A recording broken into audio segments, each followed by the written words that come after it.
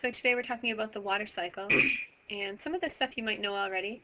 When water goes up into the atmosphere, it's called evaporation, and that might happen from a body of water, or it might just happen from just from the soil itself. That could be water going up. Evaporation sounds a lot like transpiration, but transpiration starts with a T, just like trees. So transpiration is evaporation from plants. And then when it comes, it doesn't say it on here, David. Do you know what it's called when it comes together? It's the same word condensation. Very But nice. also I have, what's the word for like animals emitting water, like not through breathing, but sweating? Or well, yeah, but what is there a technical term? Perspiration. Okay. Because perspiration sounds like evaporation and transpiration too, doesn't it? Oh wait, perspiration's good. No, that's precipitation. Oh, That's oh my god, I can't read today. I don't have my glasses. Yeah, where are your glasses? No. Tell me when you see condensation every day, Davey. I see condensation. Well, I'm not sure if this is. I think this might be considered. Actually, I don't know if it's considered condensation, but in the morning when there's fog, it'll leave dew. Is that considered condensation? Yeah, I was thinking of when you take a shower. Oh wait, actually no, that's not condensation. That's precipitation. Well, no, that'll be condensation too if it didn't rain. Oh wait, it's condensing. It is. It's condensing out of the air. Yeah, that is condensation. Yeah. So and also condenses on the mirror, like you said. Condenses on the mirror when you take a shower. Good. Okay, so precipitation is when water comes down. So Davey, an example of that is when it rains, when it hails, or when it snows. Yes. Or sleets. And so there's your water cycle. The only new thing I think for most of you might be transpiration. So let's take a closer look on that. Transpiration is a process similar to evaporation. It is a loss of water from plants. So think transpiration to tree. So David, this is what you were talking about in our last segment about little holes in plants. The hole is called a stomata, and these things are called guard cells. They can open and close, and they'll let water leave. Is it generally a good thing for a plant to have an open stomata and have a lot of water leaving? I don't think so, but there has to be a reason for having one, so okay. I mean... So what is it that they need from the air? They do need this open in order to do photosynthesis so they can get something from the air to come in. Do you know what it is? They need... Oh, wait, actually... What is it that they get from the air that they have to have? Let me... Oh, it's oxygen. No, oh, that's no, what they give out. CO2. I keep forgetting. That's okay. And that's also what they lose out of. They would need oxygen for cellular respiration, but they definitely need their CO2 for photosynthesis. So this coat out here is waxy, and it doesn't allow for things to go in and out very easily, so that's why they have the stomata. Isn't it also like almost waterproof? It is. Yep, it's waxy. It's like a it keeps hydrophobic. Water in, yeah. But it also keeps water out. It also doesn't let things through. So the stomata lets water out and carbon dioxide in. Carbon dioxide in is what you need. The water loss is kind of a little bit of a bummer, sometimes, at least if it's very hot and dry. But if it's... So leaf transpiration, losing water, occurs through stomata. So this is a stomata, this hole right here, and can be thought of as a necessary cost associated with the opening of the stomata to allow the diffusion of carbon dioxide gas from the air for photosynthesis.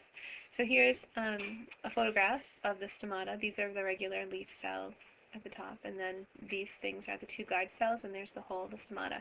They can be opened to allow carbon dioxide in, or oxygen, depending whether... Don't they have less stomata if it's drier or something? I think I heard that somewhere. They'll have stomata on the bottom of their leaves, depending on where they live. I heard that it's like...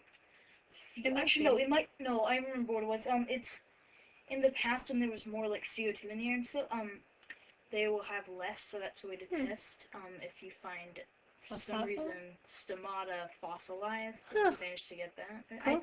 I might not be remembering this correctly, but I think that might be it. Alright, cool.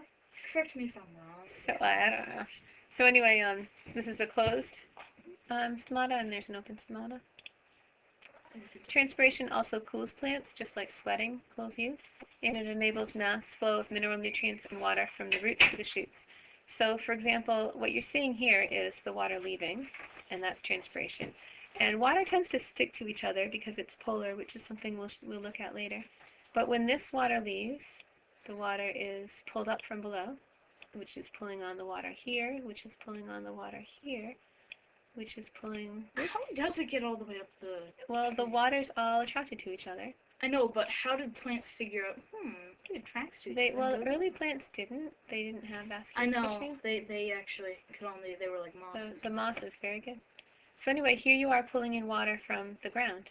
So the water is absorbed through the roots. The CO2 is absorbed from the leaves. You should know the difference between those two. What else are they getting besides water when they're pulling in the water? Do you know? Like nitrogen. Beautiful. Nitrogen and stuff. Oh, also, I just remember something. The reason that jungle trees have like their roots all over the place is because there's water. Kind of like in the air above, a lot. Well, above the ground. Cool. Well, not really above the ground, but like at the top of the ground. Okay. So they have a very shallow root system. Shallow. Yeah, but the soil, tropical soil is not very deep either because it decomposes fast. Do you think that was long enough to cut, or can we do the nitrogen cycle? I think we can do the nitrogen. Let's try the nitrogen cycle. I don't know. I think we should probably just cut it here. I'm going to do the nitrogen cycle. It's quick, but it's the hardest one. Oh. So there's nitrogen in plants, and they're getting it from the ground. So that's called assimilation. I don't necessarily care that you know that word, but assimilating means to take in and make it part of yourself. So they're getting their nitrogen that way. When they die, the decomposers take that nitrogen and change it to ammonia, and then more bacteria change it to nitrites, which means NO2. And then more bacteria changing to NO3, and then they assimilate it, the plants assimilate it again. When the animals eat the plants, they get their nitrogen, and then they poop or they die, and the decomposers take it. So far, because he knows he's going to die. Oh no. It's all sad. So far, not so bad. Here's the hard part. There are these things called denitrifying bacteria, and they take the nitrates, and they change it into a type of nitrogen that you can't actually use. Unless you're a legume. Oh, you're so good. Oh my goodness. Okay, so the atmospheric nitrogen is N2, and how come nobody can use it, David?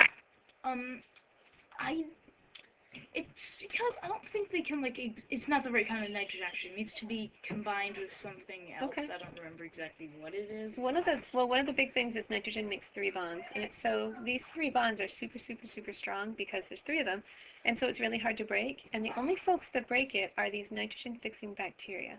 Some of them are free in the soil, and some of them are in these nodules, the nodules of legumes. So legumes are things like what, Davy? Like clovers and beans. And peas. You got it. Peas. Beautiful. Oh wait, no, I was thinking peas. No, beans and peas. You have it. Really? You're right. It's perfect.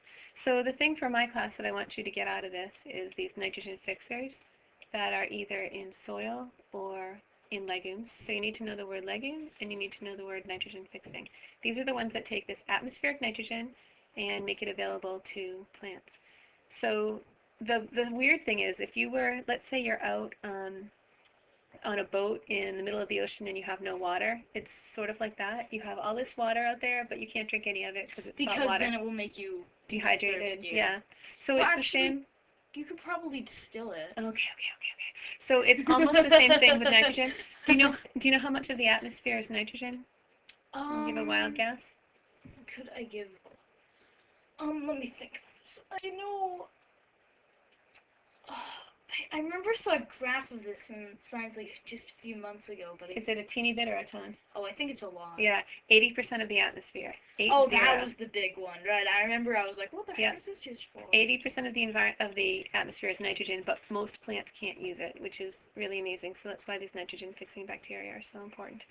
And I think all this is showing is that sometimes if you spread nitrogen on the soil, or if you do something with factories, you can have nitrogen runoff into the water, and then their cycle just speeds up a lot, and you can have a lot of extra growth in the plant in the water because of that, which is not always the fish. Yeah, it's not always a good thing. All right, is there anything else I need to?